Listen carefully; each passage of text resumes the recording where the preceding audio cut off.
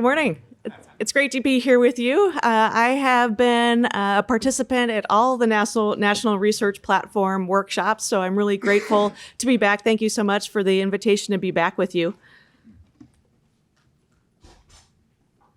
And I'm going to start today with our what I call our family photo. So as Frank said, we're a patchwork of networks, the regional networks across the U.S. Many of you are familiar with this map. I'm so pleased many of you use this map in some of your talks, and I just want to point out that we actually have new maps posted up on our Quilt website. And with just a few updates, and you'll notice the background is a little different. We've gone from blue to gray. So this map represents the backbones of our Quilt members and their networks. What you don't see off of here are the tens of thousands of last mile connections out to higher education institutions, K through 12 schools, public libraries and such.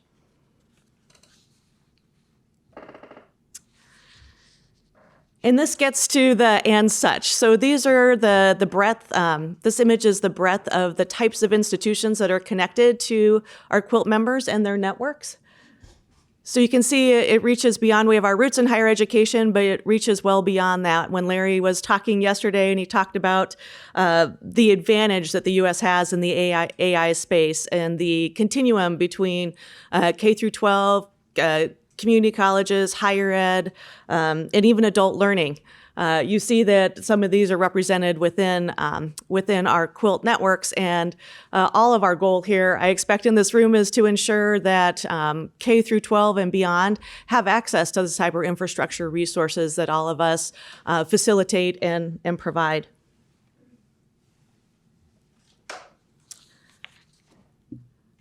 So how we see ourselves in the cyber infrastructure ecosystem, I think most of you know the role of the regional networks, but this is how we see us fitting in with the work that you do and the work of the other cyber infrastructure providers within our ecosystem. Certainly network providers, but more than that, in addition to that, aggregators of cloud services as well, especially for K through 12 and other institutions that don't have the full technical staff or the full technical capabilities to really take advantage and understand the shifts that are happening in technology, that we can serve as those trusted guides in the technology space. We aim to be also the facilitators, raise awareness of the types of resources all of you are providing, including the National Research Platform, and helping these institutions access those resources. And then just as we're doing here, the important role of being a convener of the human networks.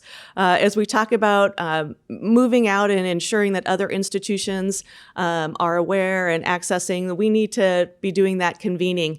And the regional networks are those bridges from the local to the national resources and serve in that natural capacity.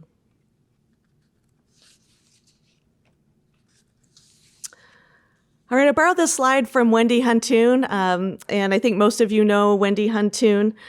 She did a webinar last month for the Quilt, and I really like the way that she put this together to bring out the Missing Millions report. The NSF published this report about 2.5 years ago, a little over 2 years ago, and yeah, the report found that exposure to the computing and data infrastructure of the country is a real critical element to having a diverse STEM workforce, an inclusive workforce, and engagement of faculty and educators in the cyber infrastructure space, ensuring that they have exposure to these types of resources is really important to the democratization of broadening our country's research agenda.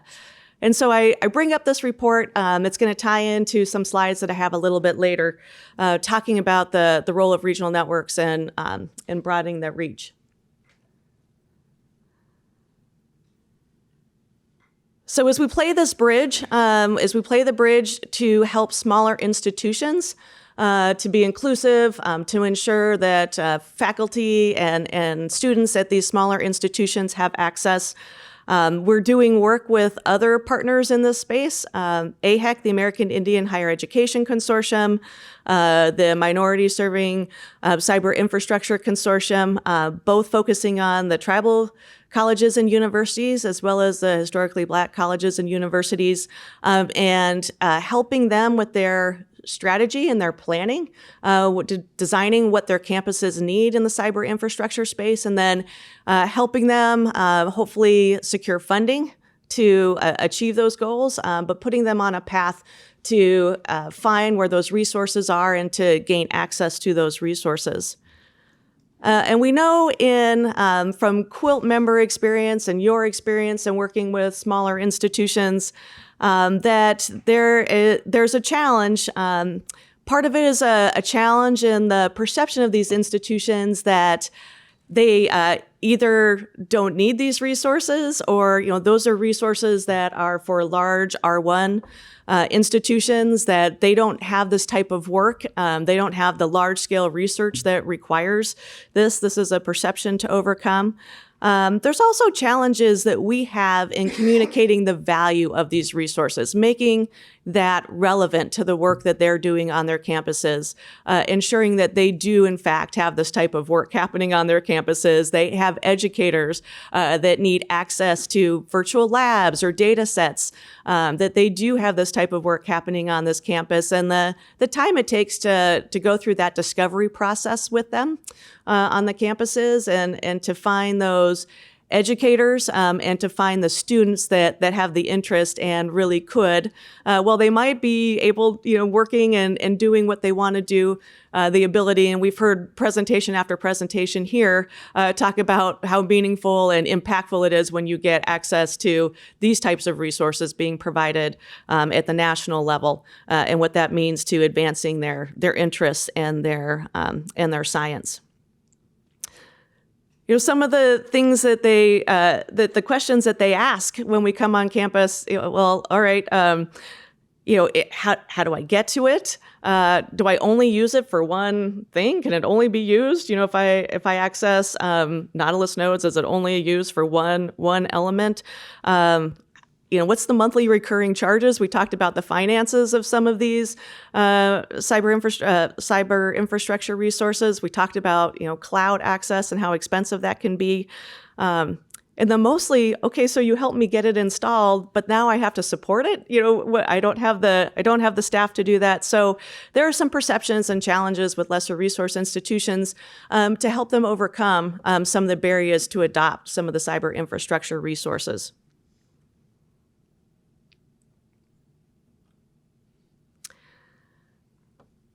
So as we talk about the democratization of science and the democratization of access to cyber infrastructure resources, I want to point out the role of the National Research Platform in facilitating this democratization. It's the easiest path for any institution to participate in that larger compute environment. And some of the smaller institutions, the Quilt is the PI for the National Science Foundation, the Campus Cyber Infrastructure PI workshop, annual workshop. And when we talk to these folks, especially smaller institutions that have been successful in getting grant funding for a campus compute proposal, they come and say, what's amazing is I actually get to contribute back now through this process, right? I get to contribute into a national community. So I'm not only using national resources, but I'm helping to contribute. That makes me feel like I'm part of this larger community that they're participating. So once you're plugged in, you immediately show up. Your campus node shows up, and you are part of this community. Then you're also connected to the open science grid. And then we talk about the challenges of having staff to administer these things. The fact that you have national administrators taking care of this for you, that you're participating, but you're not bearing the entire burden yourself as a campus, is really a huge win in terms of connecting and getting to these smaller institutions and making sure that they're part of the fabric of our R&E networking community.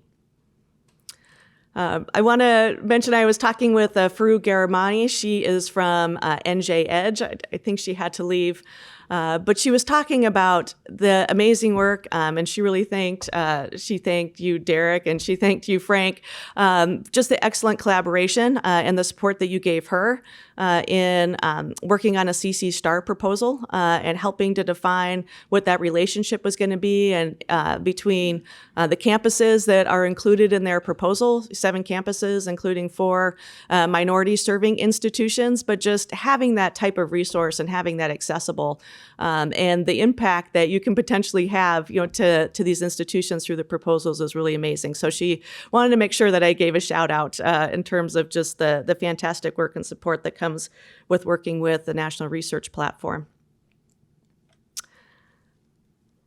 So last year, when I was here at the 4th National Research Platform workshop, I had a slide of the different regional networks that have Nautilus nodes, so helping to expand campus access to the NRP. And the institutions or the networks that are shaded in purple up here are the ones that are new this year. So as I was looking at the slide and the differences between last year and this year, there are a number of new nodes, which is very exciting. So we're increasing the regional network participation in the NRP and therefore expanding out to the campuses. So I'm going to walk through a couple of examples of this. So I've got highlighted here, of course, we're going to hear later this morning from Quilt members, Scenic, Great Plains Network, Joe Mambretti and Emren, and their work in the National Research Platform. So I'm going to focus on a couple of examples here for Southern Crossroads. I think Eric Buckalt, are you still here? Oh, there he is. Hi, Eric. Eric and I were on a panel here last year, and also an example of our Quilt member in New York, NiserNet. So thank you, Eric. This is Eric's slide. I was exchanging some notes with Eric ahead of our time here and asking in the last year when we came to the workshop, Southern Crossroads was just getting started in terms of their Nautilus nodes. And so checking in with Eric to see where they're at now. And what's really great is our different national communities. Southern Crossroads has been a real leader in the NSF CC STAR area in working with HBCUs in the Southeast. And so they've got these great examples of now bringing the National Research Platform resources to these HBCUs that they're working with through the CC STAR program. So you can see here the different work that's happening and that I think the equipment is purchased, getting up and going, but Eric, it sounds like you're also looking for some additional assistance coming from this community in terms of some training, some toolkits, and some other things to draw on from this group to help bring to those institutions that they're working with to make those connections and bridge that information for them. And then Southern Crossroads, the area that it serves in the Southeast through the Atlantic metro area and tying into some of those other Southeast states is really critical work happening. And so we thank you for your leadership. I encourage you to talk to Eric if you want some more detail about what they're doing with these Nautilus nodes in their community. NiserNet, also, they have 11 nodes as part of the National Research Platform, many different disciplines working on using the resources. One specifically that I wanted to mention is WICKED, which I understand, I'm from the West, but Northeast. I thought it was a very clever acronym. WICKED, which is a collaboration between the University of Delaware, Delaware State University, which is an HBCU, and the Delaware Technical Community College on understanding the changing coastal environment there in the Northeast and for their state, using the NRP resources. And so again, we talk about that continuum. And so we've got community colleges, smaller institutions, larger institutions, all working together, doing similar type of research, or at least using similar type of data for their different purposes. All right, next I want to spend some time talking with you about concept that we've been having some conversations about in the Quilt. And this is a special interest group that started a few months ago among our Quilt member regional networks. And we're calling this the Education DMZ. And as we talk about the democratization of access to cyber infrastructure resources, it's really important that we're engaging the faculty and students at the smaller institutions, as I've talked about, and really sharing the national treasure chest of cyber infrastructure resources. And so learning from the experiences, I mentioned some of the challenges, learning from the experiences of the regional networks, learning from the experiences all of you talk about in your presentations and reaching out and supporting smaller institutions. We talk about some of the challenges that we know that they have in their classroom, especially with the technology and really some of their challenges knowing that there's solutions out there and they're just not aware of them. So this is a concept that we've been talking about.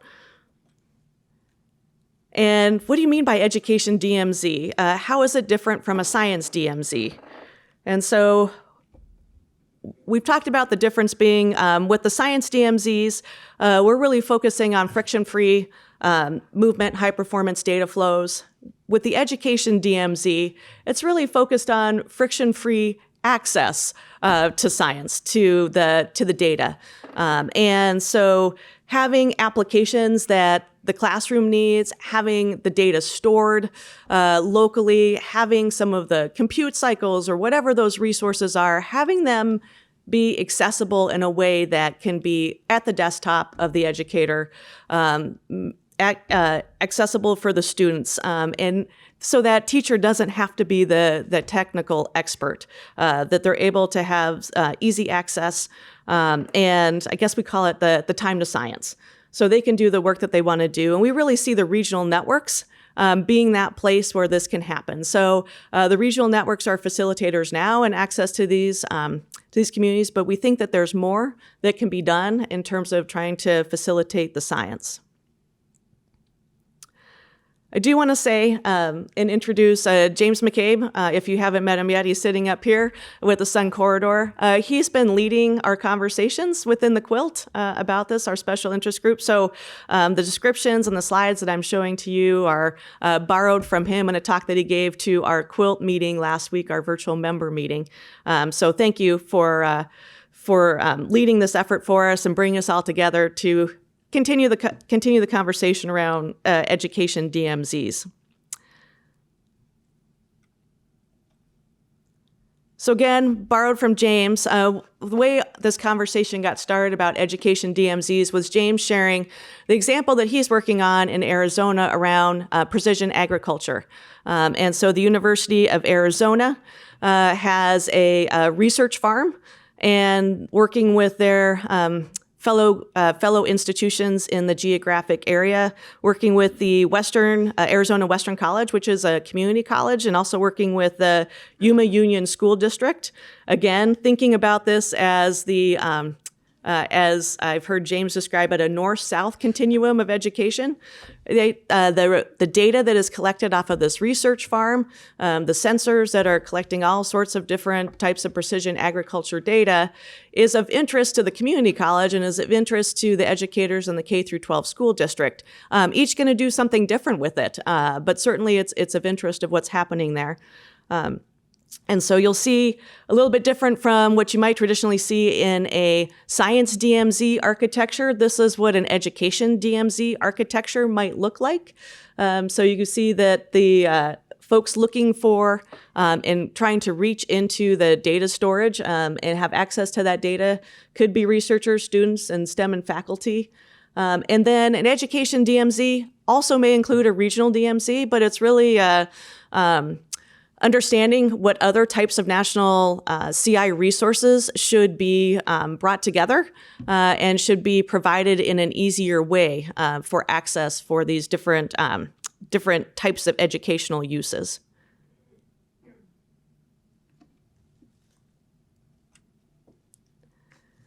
So what's next? We've been having these conversations within the Quilt, and we expect, I will say we've been talking about some of the different architectures of an education DMZ. Scotty Strachan, who some of you may know from NevadaNet, He's got a different architecture for what he's thinking of as an education DMZ already deployed for his institutions. And if you hear Scotty talk about it, he'll talk about how complicated the architecture is and how he's looking to simplify it so that from a technical support standpoint, it's easier to maintain and easier to continue to add applications to as the different needs address it. The architecture in Nevada might be very different from what James is thinking about for Arizona, and it really depends on the local needs. And again, that kind of regional network layer, identifying what those local needs are and helping to be that facilitator of those resources within their communities. One of our goals is to share this concept a little more broadly, sharing it with you today, trying to get some input into some feedback about the idea and to see if you know of similar things happening in your regions that you maybe haven't labeled this way or if you've thought about it in a different way. We've been continuing to learn from some of the regional collaborations, especially those that have been funded through CC Star. So we've been learning from different regional compute awards, different regional networking, how they're facilitating their ecosystem. Some of it is with a regional DMZ, but some of it is with different types of resources, trying to learn about those different components, some of the challenges that they have, how they've addressed and how they've tried to approach this with the different science drivers for their institutions. And as we think about this, we think, well, education DMZ is something that, my screen just went dark.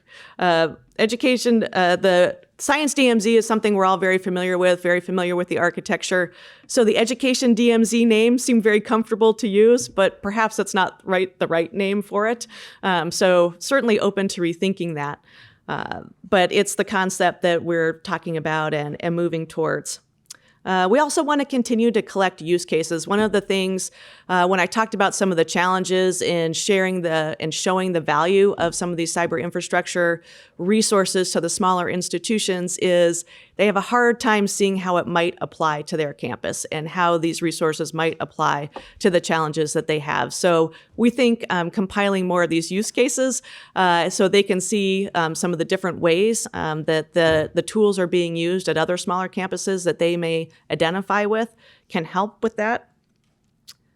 So we've started, and I don't expect you to be able to read this, but I just wanted to share that it's out there. We've started a compilation of these use cases. The first one up here details the work that that James is doing with precision agriculture in Arizona. One of our Quilt members in Maryland, MD Wren, has been working with through a Campus Cyber Infrastructure Award, has been working with a small institution in Maryland. They are collecting bioacoustic information from the Chesapeake Bay. And it turns out that it's a school, I believe, up in New York that is also interested in this type of bioacoustic data for other reasons. They know that the drones that they're putting out on the Chesapeake Bay also is collecting environmental information with sensors. And so they want to be able to use that information as well in that data. So sharing the data. What some of the important ideas are that we're capturing in the use cases are, what is the data? Things that you talk about all the time with your users. How often does that data get updated? How frequently are you using it? From a regional network perspective, what are the national CI resources that we recommend applying to these different applications? What's the impact going to be? If we're able to successfully put together this type of education DMZ platform, what kind of impact is it going to have for the users? Is it something that can be transferred and used in other places? And what is the broader impact? So some of the things that we're noodling around about here in the Quilt, I encourage you to talk to James about his work that he's doing. He's really been the catalyst for our conversations to start to gel within the Quilt. And certainly looking forward to catching you at breaks if you've got other ideas or questions about this concept. And I think that I'm getting close to time here. I just want to say thank you again. I've talked about some of our different Quilt members. If any of what the examples I provided to you or any of the information are of interest, I want to make sure you had their contact information as well. So if you want to discover more from any of these folks about the work they're doing with the National Research Platform, please either contact me or contact them directly. Thank you. How do I get connected with the people that you're connected to on data sharing issues? I'd say start with me. Okay. I'd be glad to be the point of contact for that, and then get you in touch with the right folks in the different regional areas. Sounds good. Yeah. Thank you. Thank you. I had a remark about your about your education, DMZ.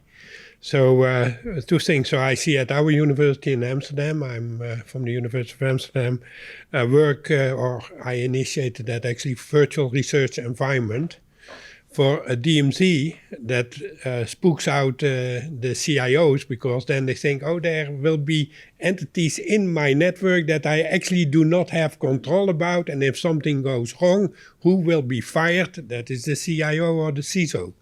So I think it is very good to think about how you position it. And certainly in education, that's a highly controlled environment for IT departments to place it well. And probably science, so the DMZ part of the name is probably not going to help here. However, I think this is a great initiative, because I think it would help many schools and universities, also on our side, if we had a more standard environment for providing these features to these infrastructures, because that is lacking everywhere. I mean, 10 years ago, we did endless do loops and simulations, and now the AI and data science is coming to the table. We need to teach that, and that doubles or triples our compute efforts. So thank you. I'll talk with you in the break. You absolutely bring up a really great point about who owns it. Where do you go for support if you're compiling that? So I appreciate your comments on that, and thank you for your feedback. I know that James also has some detail, probably how you're thinking about this for Arizona and the different resources that you're bringing together too, that maybe we can talk about later if there's time with the Q&A. But you're absolutely right in terms of support. If educators and staff are going out to some external resources that might be housed and accessed through the regional network, where do you go for support? Is that the one-stop shop, or are there other places? So yeah.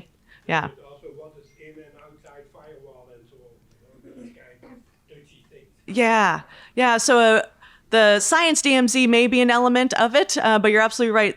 And we didn't talk about it too, but the challenge of federated ID and having that be a component of this, which we still need to solve. Yeah, thanks.